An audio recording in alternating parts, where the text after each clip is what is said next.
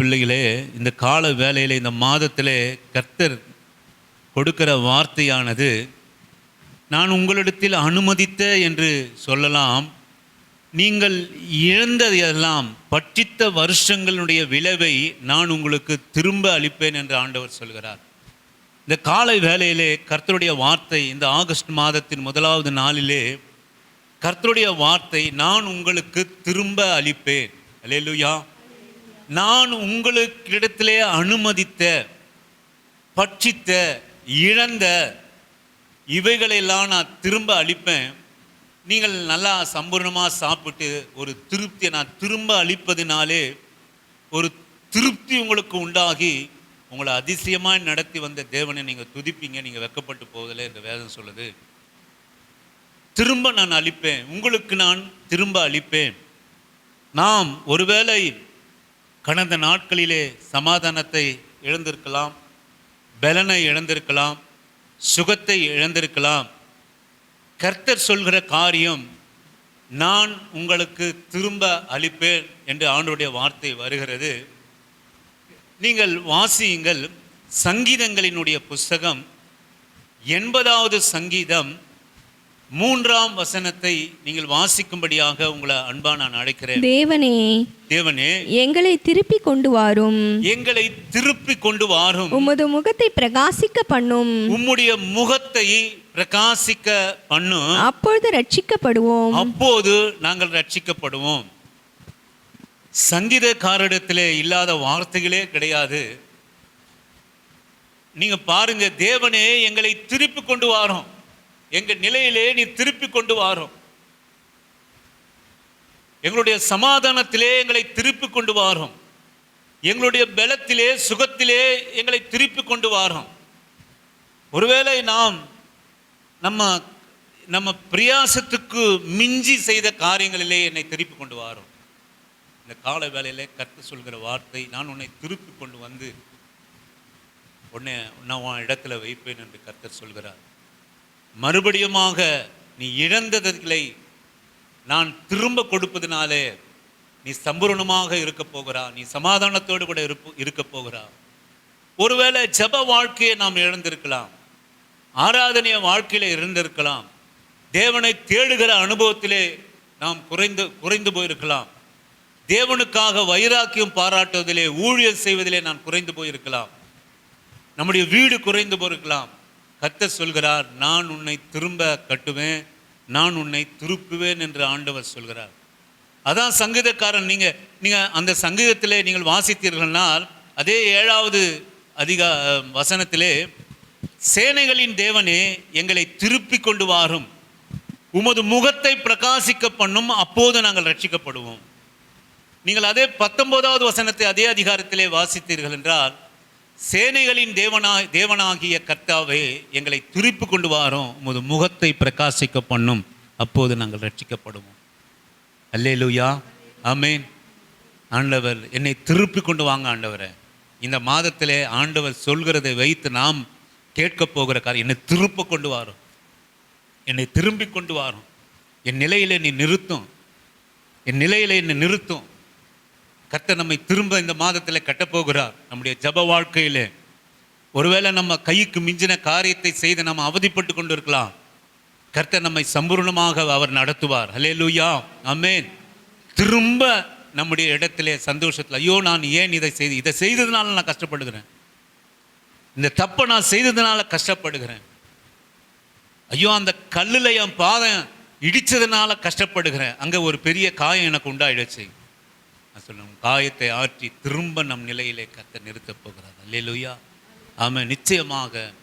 ஆனால் நம்ம இழந்த சமாதானம், இழந்தவர்களை திரும்ப நம்மை திருப்பிக் கொள்ள வண்ணமாக அவர் செய்கிறார். முதலாவது காரியம், நம்ம திரும்ப கொள்வதற்கு நம்முடைய வாழ்க்கையிலே நம்பிக்கையை மாத்திரம் நம்ம விட்டுவிடக்கூடாது. கர்த்தர் திரும்ப கட்டுகிற போது விசுவாசத்தை நம்ம விட்டுவிடக்கூடாது. மகளே, நான் சொல்லலையா நீ விசுவாசத்தாய் தேவனுடைய மகிமையை காண்பா என்று நான் சொல்லவில்லையா உனக்கு? மகளே, நீ நம்பினால் நான் திரும்ப என் நிலையிலே நிறுத்துவா என்று நான் சொல்லவில்லையா?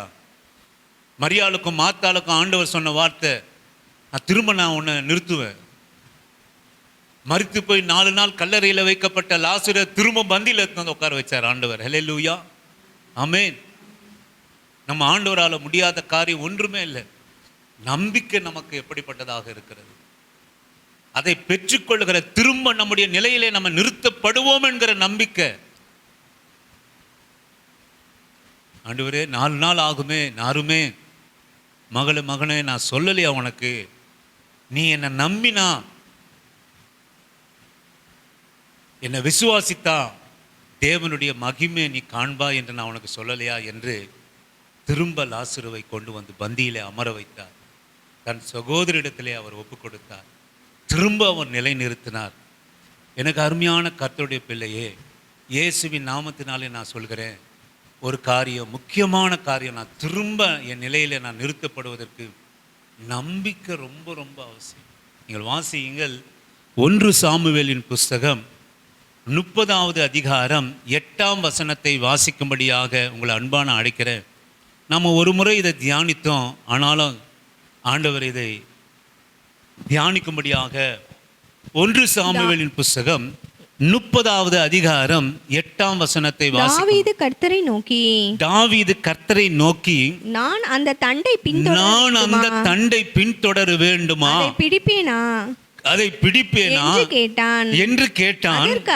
அதற்கு அவர் அதை பின்தொடர், அதை நீ பிடித்து சகலத்தையும் திருப்பிக் கொள்வாய். ஹல்லேலூயா, நீ சகலத்தையும் திருப்பிக் கொள்வாய். அமலேக்கியர் தென்பெருத்து சீமையின் மேலும் சிக்லாக்கின் மேலும் விழுந்து இந்த தேவனுடைய மனுஷன் இருந்த பட்டணத்தையும் அவனுடைய பிள்ளைகள் இருந்த பட்டணத்தையும் தேசத்தையும் நிர்மூலமாக்கி தீக்கிரைக்காக்கி எல்லாவற்றையும் அமலேக்கியர் அடித்து கொண்டு சென்று விட்டாங்க. தாவீது மிகவும் நெருக்கப்பட்டான். ஆனா நம்பிக்கையை மாத்திரம் அவன் இழக்கல.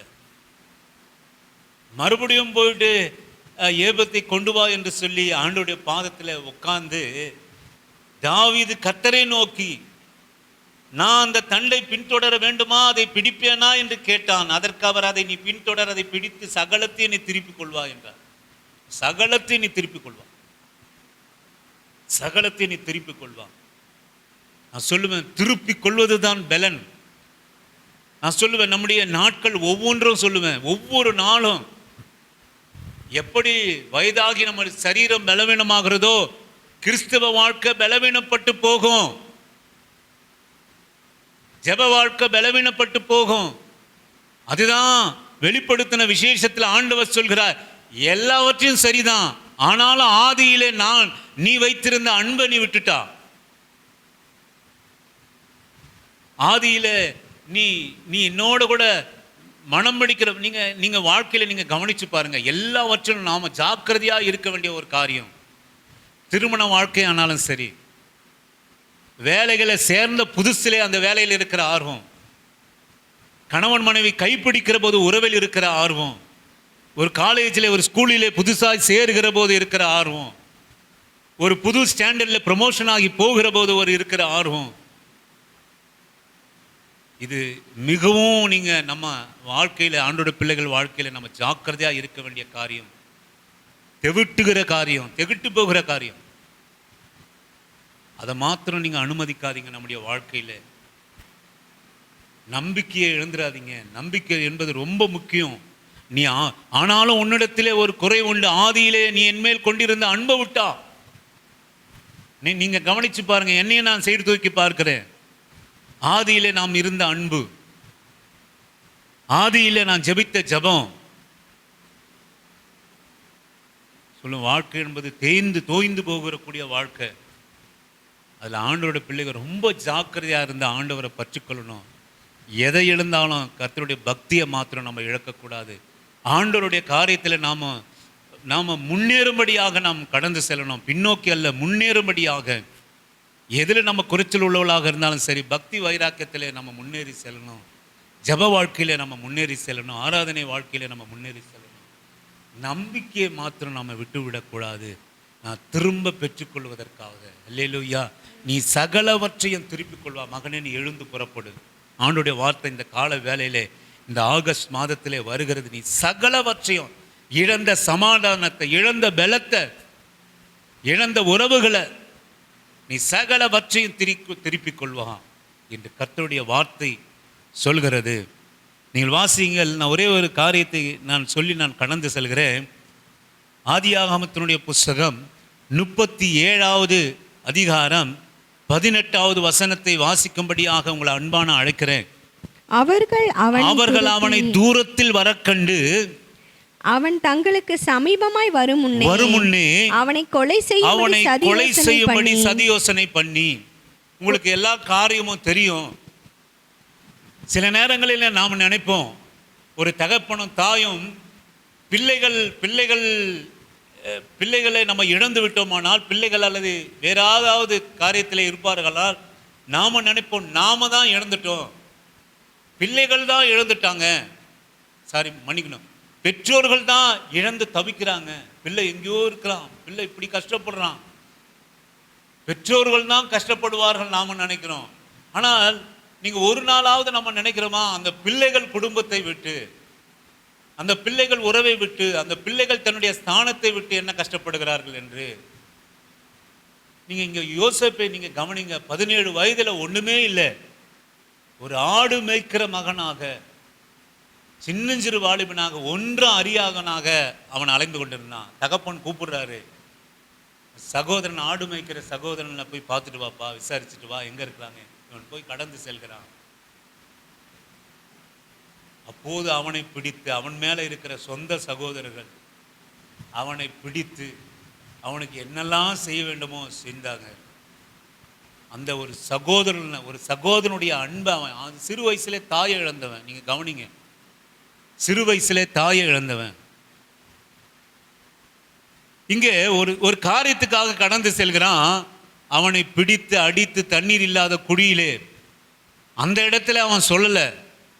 ஆனால் பார்வோனுக்கு முன்பாக நிற்கிற போது, யோசேப்புடைய சகோதரர்கள் அங்கே போய் சேர்கிற போது, அப்போ சகோதரர்லாம் பேசிக்கிறாங்க, ஆமாம் இந்த பாவம் நம்மை சுமந்தது பார்த்தியா, அந்த மகன் அந்த யோசேப்புக்கு நம்ம இப்படி செய்தமே, அவன் எவ்வளவு வியகொள்ளப்பட்டு நம்மை வேண்டிக் கொண்டான், எவ்வளவா வியகொள்ளப்பட்டான். அந்த சின்னஞ்சிறு பிள்ளைய சகோதரர்களாக நாம அரவணைக்கணும். ஆனால் தூக்கிய தண்ணீர் இல்லாத குழியில போட்டு அவனுடைய வாழ்க்கையை நாசப்படுத்தின காரியம். நீ வாசியுங்கள் 28வது வசனம். அது 28வது வசனம். அந்த வர்த்தகரான மீதியானியர் கடந்து போகிற போது அவர்கள் யோசேப்பை அந்த குழியிலிருந்து தூக்கி எடுத்து அவனை இஸ்மவேலர் கையில் 20 வெள்ளிக்காசுக்கு விற்று போட்டார்கள். அவர்கள் யோசேப்பை எகிப்திற்கு கொண்டு போனாங்க. சின்ன வயசுல நீங்க கவனிக்கணும். நம்ம தான் அநேக நேரத்தில் நினைப்போம், ஐயோ நான் படுறேன் கஷ்டம், நான் படுறேன், என் பிள்ளையை எழுந்துட்டு நான் படுறேன், பிள்ளைகளுக்காக நம்ம கஷ்டப்படுறோன்னு. பிள்ளைகளுடைய இதயத்தையும் நம்ம கொஞ்சம் சீர்தூக்கி பார்க்கணும். பிள்ளைகளுடைய மனசையும் நம்ம பார்க்கணும். அவர்கள் எதை இழந்தார்கள், அவர்கள் என்ன கஷ்டப்படுறாங்க அப்படின்ட்டு. அவனை தண்ணி இல்லாத குழியில் போட்டாங்க. இவனை இப்படியே விட்டால் செத்து போவான், எந்த பிரயோஜனம் இல்லை, இவனை எடுத்து 20 காசுக்கு விற்போம். நான் சொல்லுவேன், தகப்பனை மாத்திரம் இழக்கலை, தாயை மாத்திரம் இழக்கலை, சகோதரிடத்தில் இருந்த அன்பை இழந்தான், தன்னுடைய இருப்பிடத்தில் இருந்தான், தான் சுற்றித்திருந்த இடத்தை இழந்தான். மீதியானர் கையிலே எகிப்துக்கு கொண்டு போகிற போது அடிமையாக விற்கப்பட்டான். ஆனால் நான் ஒன்று சொல்லுவேன், நாம் திருப்பிக் கொள்வது 2 முக்கியமான காரியம் அவசியம். ஒன்று கர்த்தர் மேலே நம்பிக்கையாக இருக்கணும், ஒன்று கர்த்தர், 2வது தேவன் நம்மோடு கூட இருக்கணும். நாம் நம்பிக்கையாக இருக்கிற போது தேவன் நம்மோடு கூட இருப்பார். ஆமென், அல்லேலூயா. இந்த கால வேளையிலே ஒன்று நீங்கள் புரிந்து கொள்ளுங்க. நேரமில்லாத காரணத்தினாலே நான் சுருக்கமாக சொல்லுகிறேன். நான் சகலவற்றையும் திருப்பிக் கொள்வதற்கு விசுவாசம், நம்பிக்கை நமக்கு வேணும். இந்த நம்பிக்கையும் விசுவாசம் இருந்தால் தேவன் நம்மோடு கூட அவர் இருப்பார். நீங்கள் அதனால தான் நீங்கள் பாருங்கள், யோசேப்போடு கூட தேவன் இருந்தால். 39:1-2 வாசிக்கும்படியாக உங்களை அன்பாக நான் கேட்கிறேன். யோசேப்பு ம். எகிப்துக்கு கொண்டு போகப்பட்டான். போகப்பட்டான். பார்வோனுடைய பிரதானியும் தலையாரிகளுக்கு அதிபதியும் ஆகிய போத்திபார் என்னும் எகிப்து தேசத்தான் அவனை அவ்விடத்திற்கு கொண்டு வந்த இஸ்மவேலரிடத்தில் விலைக்கு வாங்கினான். கர்த்தர் யோசேப்போடு இருந்தார். யோசேப்போடு கூட இருந்தார். அவன் காரிய சித்தி உள்ளவனானான். அவன் எகிப்தியனாகிய தன் எஜமானுடைய வீட்டிலே இருந்தான். நீங்க ஒண்ணு கவனிச்சுக்கீங்க, நான் சகலத்தையும் திருப்பி கொள்ளணும்னா ஆண்டவர் மேல நம்பிக்கையா இருந்தா கர்த்தர் நம்மோட கூட நம்பிக்கையா இருப்பார். திருப்பி கொள்வதற்கு 2 முக்கியமான காரியம் அவசியம். நம்பிக்கை. நம்பிக்கையை மாத்திரம் நீங்க விட்டுவிடக்கூடாது. ஒருபோதும் தேவன் மேல வச்சிருக்கிற நம்பிக்கை எந்த சூழ்நிலையும் நாம் விட்டுவிடக்கூடாது. நாம நம்பிக்கையை விட்டு விடாமல் இருந்தால் தேவன் நம்மோட கூட இருப்பது நிச்சயம். அல்லேலூயா. தேவன் நம்மோடு கூட யோசேப்போடு கூட தேவன் இருந்தார்.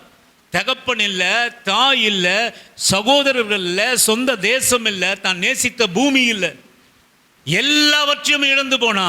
ஆனால் கர்த்தர் யோசேப்போடு கூட இருந்தார். ஆண்டவர் யோசேப்போடு கூட இருந்தார்.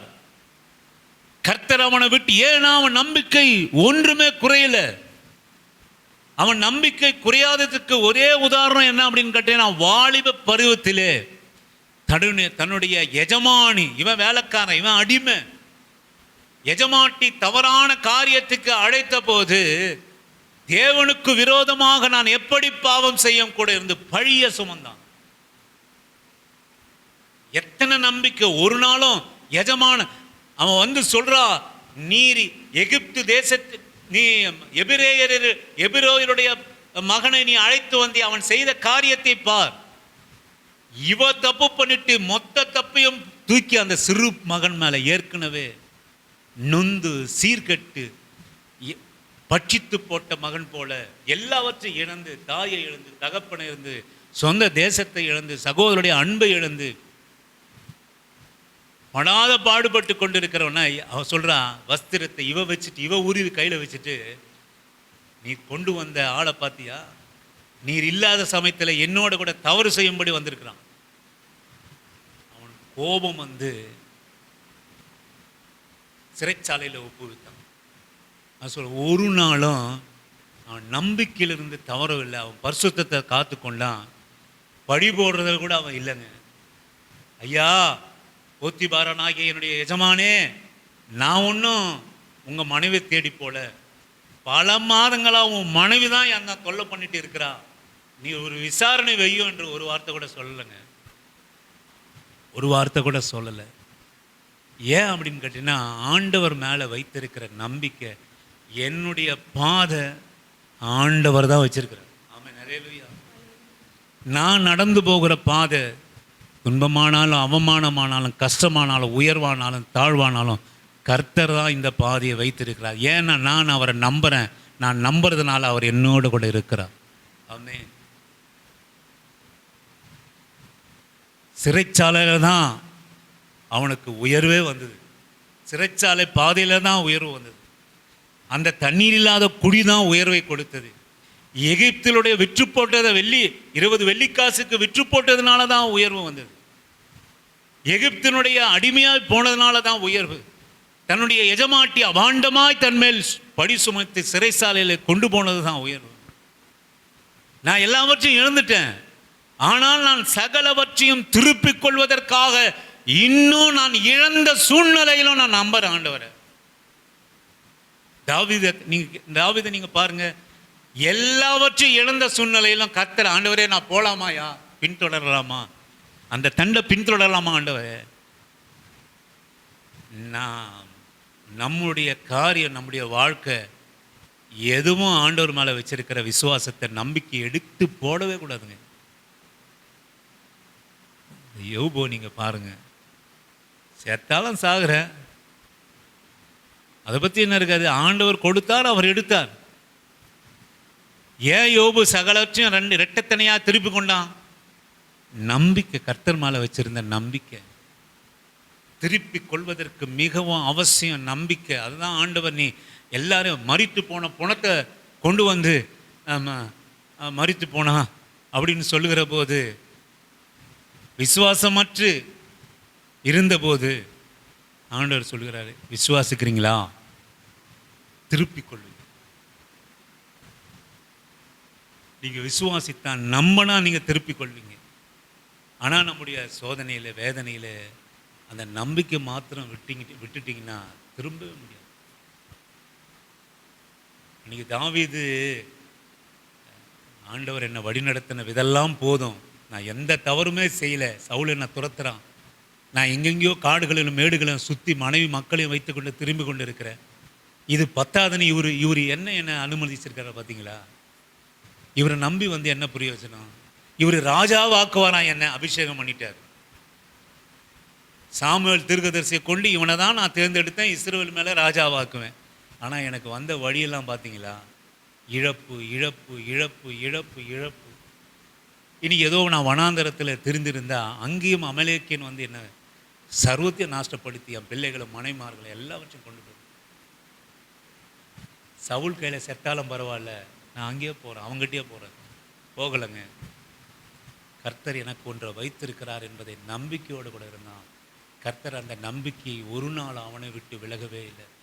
தேவன் மேலே விசுவாசமாக இருக்கிற மனுஷர்களை கர்த்தர் ஒரு நாளை விட்டு விலகுவதே இல்லை. ஆமென், அல்லேலூயா. உன்னை விட்டு விலகுவதும் இல்லை, உன்னை கைவிடுவதும் இல்லை என்று சொன்னான். ஆண்டவரை நம்புகிற மனுஷர்களை ஒரு நாளும் அவர் விட்டு விலகுவதும் இல்லை, அவர் விட்டு கைவிடுவதும் இல்லை. நம்பிக்கை வீண் போகாது, நம்முடைய நம்பிக்கை வீண் போகாது.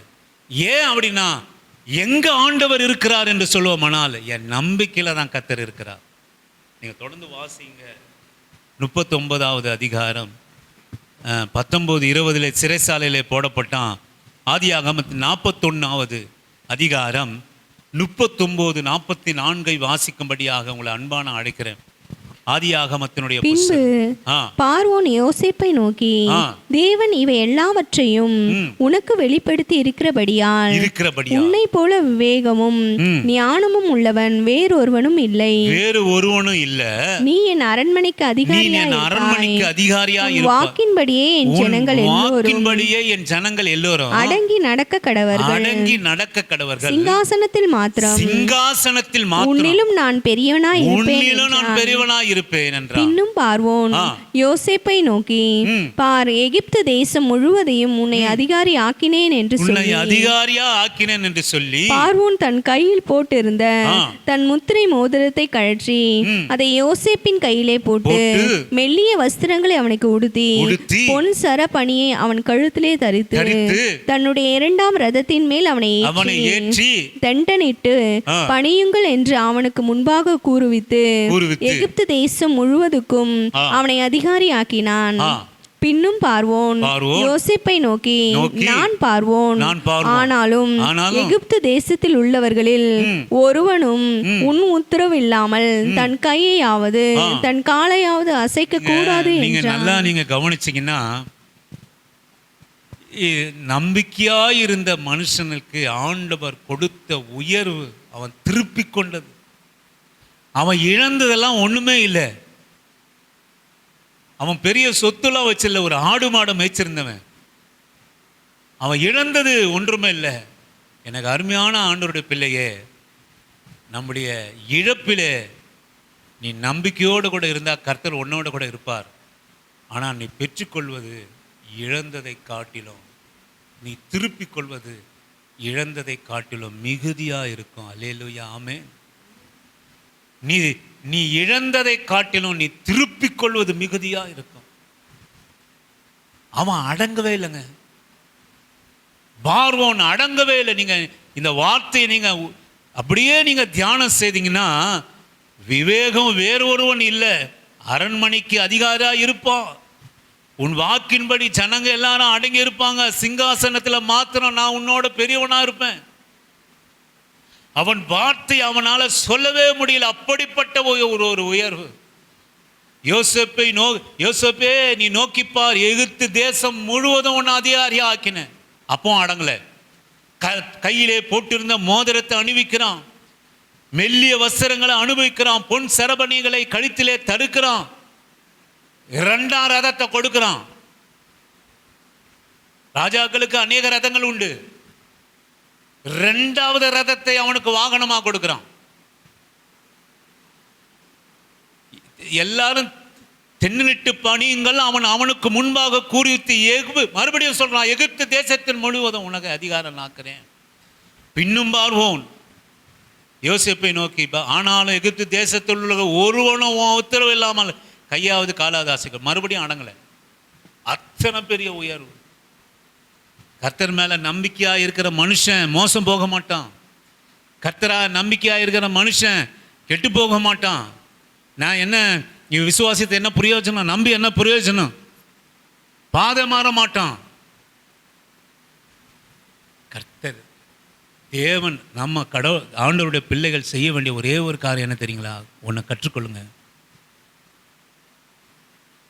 என்ன நடந்தாலும் ஆண்டவர் நம்மளுக்காக வைத்திருக்கிற பாதையில் விசுவாசத்தோடு கூட நம்பிக்கையோடு பயணம் செய்வது தான் நம்முடைய வாழ்க்கை. செத்தாலும் சரி, மரணமே ஆனாலும் கர்த்தர் எனக்கு வைத்திருக்கிற பாதையில் பயணத்தை மாத்திரம் நீ திருப்பிடாதீங்க, பயணத்தை மாத்திரம் மாத்திராதீங்க. உன்னை அழைத்த அழைப்பை மாத்திரம் நீ மாத்திராத. உன்னை நம்பி அழைத்த அழைப்பு, அதில் மாத்திரம் நீ வழியை நீ விட்டு திருப்பிடாத. யோசேப்பே, உன்னை அழைத்த அழைப்பில் நிலைத்திரு. கர்த்தர் உயர்வு பயங்கரமாக இருக்கும். எத்தனையோ தேவனுடைய மனுஷர்கள் உண்டு, எத்தனையோ ஆண்டோடைய பிள்ளைகள் உண்டு. உயர்வு எண்ணி பார்க்காத அளவுக்கு இருக்கும். சொல்லுவேன், உலகத்தாம் போல நம்ம வேதம் கதை இல்லை, உண்மையாய் நடந்த சம்பவம். எகிப்து போல ஒரு நாகரிகத்திலே, எகிப்து போல ஒரு ஐஸ்வர்யத்திலே இருந்த தேசம், கலையிலே கல்வியிலே இருந்த தேசம் உலகத்தில் எதுவுமே இல்லைங்க. சாதாரண ஆடு மேய்ச்சிருந்தவன் 13 வருஷம் பாடுகளுக்கு பிறகு அந்த தேசத்தினுடைய அதிபதியினுடைய வாய் யோசேப்பினுடைய ஆசீர்வாதத்திலே அடங்காதவாறு ஆண்டவர் செய்தார். என்னப்பா உனக்கு செய்யணும்? வண்டியை கொடுக்குறேன், ரதத்தை கொடுக்குறேன், அதிகாரம் ஆக்குகிறேன், ஒருவனை கையை காலை அசைக்காதீங்க. பேசிக்கிட்டே இருக்கிற ஆசீர்வாதத்தை பற்றி, உயர்வை பற்றி, திருப்பிக் கொள்வதை பற்றி.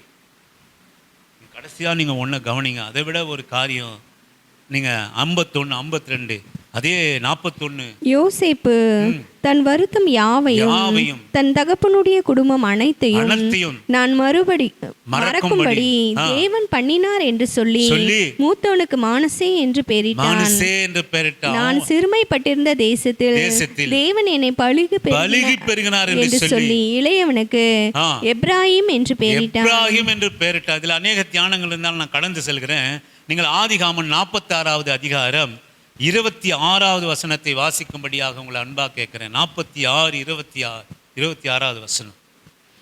யாக்கோபுடைய குமாரரின் மனைவிகளை தவிர அவனுடைய கர்ப்ப பிறப்பாய் இருந்த அவன் மூலமாய் எகிப்திலே வந்தவர்கள் எல்லோரும் 66 பேர். யோசேப்புக்கு எகிப்திலே பிறந்த குமாரர் 2 பேர். ஆக எகிப்துக்கு போன யாக்கோபின் குடும்பத்தார் 70 பேர். அல்லேலூயா. தகப்பனை இழந்தான், தாயை இழந்தான், சகோதரர்களை இழந்தான், அன்பை இழந்தான், எல்லாவற்றையும் இழந்தான். ஆனால் ஒரு நாள் வந்ததுங்க, அதே தகப்பனை வர சொல்கிறான். இதெல்லாம் ஒரு அநேக தியானம் உண்டு, இருந்தாலும் நான் கடந்து செல்கிறேன். எகிப்தில் நான் அதிகாரியாக இருக்கிறேன், உலகமெங்கிலும் பஞ்சம் இருக்குது, தகப்பனை அழைத்து கொண்டு வாருங்க. தகப்பன் ஓடி வருகிறான், சகோதரர்கள்லாம் ஓடி வருகிறாங்க. 11 சகோதரர்கள், விட்டு போனது சில சகோதரர்கள். இப்போ குடும்பம் பெருசாகி போச்சு, 72 பேர். எல்லாரையும் பார்க்கிறான் யோசேப்பு.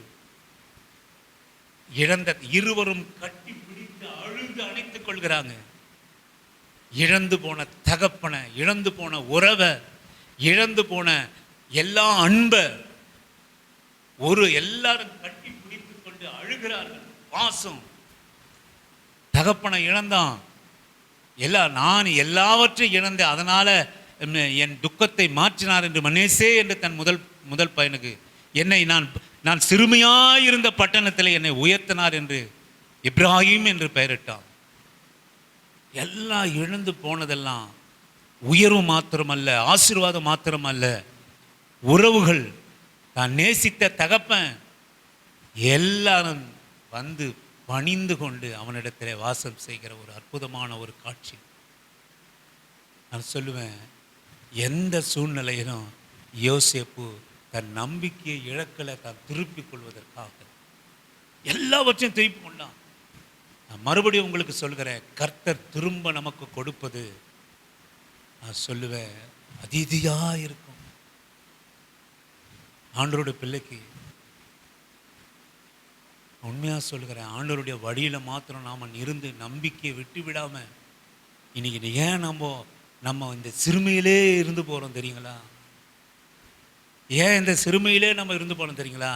இக்காலத்தினுடைய பாடுகளை நம்ம அனுபவிக்க முடியல, இக்காலத்தினுடைய சிறுமையை என்னால் அனுபவிக்க முடியல, இக்காலத்தினுடைய தாழ்மையை என்னால் அனுபவிக்க முடியல, இக்காலத்தில் இருக்கிற இழப்பை என்னால் அனுமதிக்க முடியல. அதனால் தேவன் நியமித்திருக்கிற பாதையை விட்டு விலகி அதில் மிகுந்த ஆசீர்வாதம், மிகுந்த திருப்பிக் கொள்ளுதல் இருக்கிறது என்ற அறிவு இல்லாமல் வேறு பாதையிலே கடந்து சென்று வெறுமையாய் போனவர்கள் அநேகர் உண்டு. விசுவாசத்தை இழந்தவர்கள் அநேகர் உண்டு. ஆண்டவரை இழந்தவர்கள் அநேகர் உண்டு. கர்த்தர் தேவனுடைய பிள்ளைகளுக்கு வைத்திருக்கிற ஆசீர்வாதத்தை இழந்தவர்கள் அநேகர் உண்டு. ஏன்னா பாதை மாறி போச்சு, பாதை மாறி போச்சு, நம்பிக்கை மாறி போச்சு, விசுவாசம் மாறி போச்சு. நான் எனக்கு அருமையான ஆண்டுடைய பிள்ளையே நான் சொல்லுவேன், பட்சித்த வருஷங்களுக்கு மேலாய் சகலவற்றையும் நீ திருப்பிக் கொள்வான். உன் நம்பிக்கை மாத்திரம் உனக்கு இருந்ததுன்னா 4 நாள் அழுகிய பிணத்தையும் திருப்பிக் கொள்வார். பாடையிலே படுக்க வைத்த பிணமும் எழுந்து நடக்கும். 12 வருட பெரும்பாடு உள்ள ஸ்திரீயும் குணமாகி சமாதானத்தோடு கூட கடந்து செல்வார். எத்தனைதான் அமலேக்கியர் வந்து நொறுக்கி போட்டாலும் மறுபடியுமாய் தாவீது திருப்பிக் கொள்வான். தாவீதுக்காக வைத்திருக்கிற தான் முதல் பெயர் சேர்வு இருக்கிற ராஜ்யத்தை ஆண்டு கொள்கிற ஒரு திருப்பிக் கொள்கிற அனுபவம். யோசேப்பே சின்ன பிள்ளையா எல்லாவற்றையும் இழந்து அழுது கொண்டு கர்த்தருடைய பாதையில மாத்திரம் நீ நிலைத்திருந்தா, நீ நம்பிக்கையா மாத்திரம் நீங்க இருந்தீங்கன்னா கர்த்தர் உங்களை விட்டு விலகுவதும் இல்லை, நம்மை விட்டு கைவிடுவதும் இல்லை. சிறுமியா பாதியா இருக்கலாம், சிறைச்சாலையா இருக்கலாம், அபாண்டமான பேச்சா இருக்கலாம், அவமானமா இருக்கலாம், நிந்தையாக இருக்கலாம், இழப்பாக இருக்கலாம், வறுமையா இருக்கலாம். ஆனால் ஆண்டவர் தேவனுடைய பிள்ளைகளுக்காக வைத்திருக்கிற பாதையில நம்பிக்கை இழக்காதவர்களால் மாத்திரம் நாம் இருந்தோம் என்றால் நான் சொல்லுவேன், நீ எண்ணுவதற்கும் நினைப்பதற்கும் வேண்டிக் கொள்வதற்கும் மேலாய் திருப்பிக் கொள்கிற அனுபவத்திலே நம்ம ஆண்டவர் நடத்துவார். அல்லேலூயா, ஆமேன், ஆமேன். இது ஒரு திருப்பிக் கொள்கிற மாதமாக இருக்கட்டும். நம்முடைய ஜப வாழ்க்கையை, நம்முடைய ஆராதனை வாழ்க்கையை, நம்முடைய வேத வாசிக்கிறவுடைய அனுபவத்தை, நான் எதற்காக அழைக்கப்பட்டேன், நான் எதற்காக பைபிள் காலேஜ் படித்தேன், கர்த்தர் எனக்கு எதற்காக அழைச்சார், கர்த்தர் எதற்காக இந்த ஆலயத்தை எனக்கு கொடுத்தார், கர்த்தர் எதற்கு இப்படிப்பட்ட அனுபவத்துக்குள்ளாக என்னை நடத்துகிறார். நான் சொல்லுவேன், ஆண்டவருடைய பிள்ளைங்களுடைய வாழ்க்கையில் ஒரு செங்கல் கூட கர்த்தர் அவருடைய சித்தம் இல்லாமல் நடக்காது. இந்த இடத்துல அழகாக ஒரு சபையை கட்டி வைத்திருக்கிறார் என்று சொல்லுவோமானால் நான் சொல்லுவேன், அவருடைய சித்தத்தில் உங்களையும் என்னையும் நிலைநிறுத்துவதற்காக, ஆண்டவர் நம்மோடு கூட நடப்பதற்காக. மகனே, நம்முடைய பாதை கஷ்டமான பாதையாக இருக்கலாம், குறைவான பாதையாக இருக்கலாம், சமாதானம் இழந்த சூழ்நிலையாக இருக்கலாம், கண்ணீரோடு கூட கடந்து செல்கிற பாதையாக இருக்கலாம், வீண்பழி சுமத்துகிற ஒரு பாதையாக இருக்கலாம், சிறைச்சாலை நமக்கு இருக்கலாம். நான் சொல்லுவேன், நம்பிக்கையை மாத்திரம் நீ விட்டுவிடாமல் இருந்தா, தேவனுடைய பாதையில் மாத்திரம் நம்ம பயணம் இருந்தால் அவர் நம்மோடு கூட இருப்பார். அவர் நம்மோடு கூட இருந்தால் நீ சகலவற்றையும் திருப்பிக் கொள்வார். நீ எப்படி திருப்பிக் கொள்வோம் அப்படின்னு கேட்டிங்கன்னா நான் சொல்லுவேன், தகுதி இல்லாமல் திருப்பிக் கொள்வோம். ஆமே, தகுதியே இல்லாமல் திருப்பிக் கொள்வோம். ஆடுகளுக்கு பின்னால் போயிருந்தவனுக்கு அரசனாய் மாற்றுகிற தகுதியோடு, தகுதி இல்லாத இன்னொரு ஆடு மேய்க்கிறவனை கொண்டு போய், எப்பா 2வது அதிகாரி நீ, 2வது ரதம் உனக்கு, உலகத்தில் கையும் காலம் எவனும் அசைக்க மாட்டான் உன்னுடைய சித்தம் இல்லாமல் என்று சொல்கிற ஒரு அனுபவம். ஒரு நாளும் கையை காலை கட்டி தண்ணீர் இல்லாத குழியில் போட்டான், கையும் காலையும் கட்டி வீண்படி சுமத்தி சிறைச்சாலையில் போட்டான். இன்னைக்கு பார்வான்னு சொல்லுகிறான், யோசேப்பே உன் வாயினுடைய வார்த்தை இல்லாமல் எவனுடைய கையும் காலம். உண்மைங்க, உண்மை. நான் சொல்லுவேன், திருப்பிக் கொள்கிற அனுபவம் வித்தியாசமாக இருக்கும், ஆச்சரியமாக இருக்கும், நினைப்பதற்கும் எண்ணுவதற்கும் ஜெபிப்பதற்கும் மேலாக இருக்கும். கண்களை மூடி ஜெபம் பண்ணும். ஆண்டவரே, இந்த கால வேளையிலே ஒரு திருப்பி பெற்றுக்கொள்கிற ஒரு அனுபவத்தை எங்களுக்காக கொடுங்க. நல்லா ஜெபம் பண்ணுங்க. ஜப வாழ்க்கை இழந்தோம், விசுவாசத்தை இழந்தோம், கூடுகையை இழந்தோம், ஆராதனை இழந்தோம், வேத வாசிப்பை இழந்தோம், பலத்தை இழந்தோம். சில காரியங்களை இழக்கிறோம் ஆண்டவரே. எங்கள் கையின் பிரியாசம் வட்டிக்காக இழக்கிறோம். உறவுகளுடைய அன்பை இழந்துட்டோம் அப்பா. ஏன்னா எங்களுக்கு சில காரியங்களுக்கு நம்பிக்கை இல்லாமல் போச்சு, நம்பிக்கை இல்லாமல் போச்சு. அதனால எங்கள் இஷ்டம் போல பேசுகிறோம், எங்கள் இஷ்டம் போல வாழ்கிறோம். நாங்கள் ஆண்டவருடைய பிள்ளைக என்பதை நாங்கள் மறந்துட்டோம் ஆண்டவரே. இன்னொன்று நாங்கள் மறந்து விட்டோம், நாங்கள் சகலவற்றையும் திருப்பிக் கொள்கிற ஒரு அனுபவம் உள்ள ஒரு சந்ததி என்பதை நாங்கள் மறந்து விட்டோம். கர்த்தரால் ஆசீர்வதிக்கப்பட்ட சந்ததி, ஆசீர்வதிக்கப்பட போகிற சந்ததி என்பதை நாங்கள் மறந்துட்டோம் ஆண்டவரே. ஒரு விஷயங்களை மன்னித்து மண்ட திருப்ப ஆண்டவரே, திருப்போம். இன்னைக்கு ஏதோ ஒரு வேலையில் நீங்கள் கஷ்டப்பட்டு ஒரு சில ஆயிரங்களை கர்த்தர் உங்களுக்காக இன்றைக்கு ஆயத்தம் பண்ணி வைத்திருக்கலாம். நான் சொல்லுவேன், நீ திருப்பிக் கொள்கிற போது கணம், நீங்கள் யோசிப்புக்கு நீங்கள் எதெல்லாம் போச்சோ அதெல்லாம் வந்ததுங்க திரும்ப. கணம், மகிமை, துதி, உயர்வு, ஆசீர்வாதம், உடை, உணவு, வாகனம், பெருக்கம் எல்லாம் வந்தது. நம்முடைய ஆண்டவர் அப்படித்தாங்க.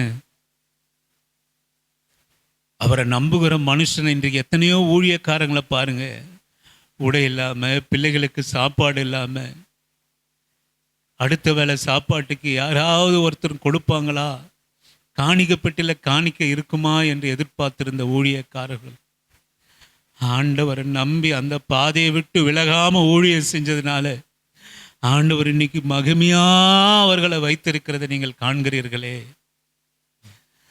ஆண்டவர் சொல்கிறார், கர்த்தருக்கு ஊழியம் செய்கிறவர்களுக்கும் ஊழியம் செய்யாதவர்களுக்கும் உள்ள வித்தியாசத்தை நீங்க காணுவீங்க. கர்த்தரை நம்புகிறவர்களுக்கும் நம்பாதவர்களுக்கும் உள்ள வித்தியாசத்தை நீங்க காணுவீங்க. நம்புகிற ஆண்டவரே உம்மை விட்டு எடுபடாத ஆண்டவரே நல்ல என்னை விட்டு எடுபடாத நல்ல பங்காயிரும். எந்த சூழ்நிலையிலும் என் நம்பிக்கையை நான் விட்டு விட மாட்டேன். நான் நம்பினவர் என்னை கைவிட மாட்டார். அல்லேலூயா. இந்த ஆகஸ்ட் மாதத்தில் அப்படி நடத்துங்க ஆண்டவரே, எங்களை நடத்துங்க ஆண்டவரே, எங்களை நடத்துங்க. அப்படி ஆண்டவரே எங்களை நடத்துங்கப்பா, எங்களை நடத்துங்க ஆண்டவரே, எங்களை நடத்துங்கப்பா. அல்லேலூயா. உம்மை துதிக்கிறோம்ப்பா, உம்மை துதிக்கிறோம் ஆண்டவரே, உம்மை போற்றுகிறோம்ப்பா, உமக்கு நன்றி செலுத்துகிறோம். நல்லா ஜெபம் பண்ணுங்க. அல்லேலூயா. பாவி என்று உன்னை இயேசு தள்ளவே மாட்டான், ஆவாலாய் உன்னை இயேசு அழைக்கிறாரே. பாவி என்றென்னை இயேசு தள்ளவே மாட்டான், ஆவாலாய் உன்னை இயேசு அழைக்கிறாரே.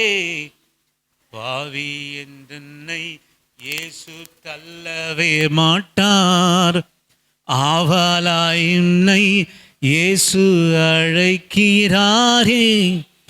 தயங்கிடாதே, தாவி ஓடிவா, தந்தை இயேசுவின் சொந்தம் கொள்ளவா, தந்தை இயேசுவின் சொந்தம் கொள்ளவா.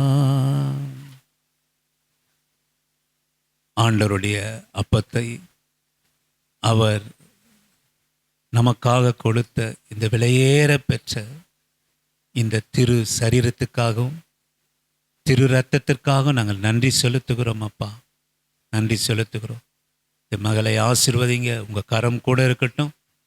அப்பம் புடிசிக்கும்படியாக இயேசுவின் நாமத்திலே கேட்கிறோம்.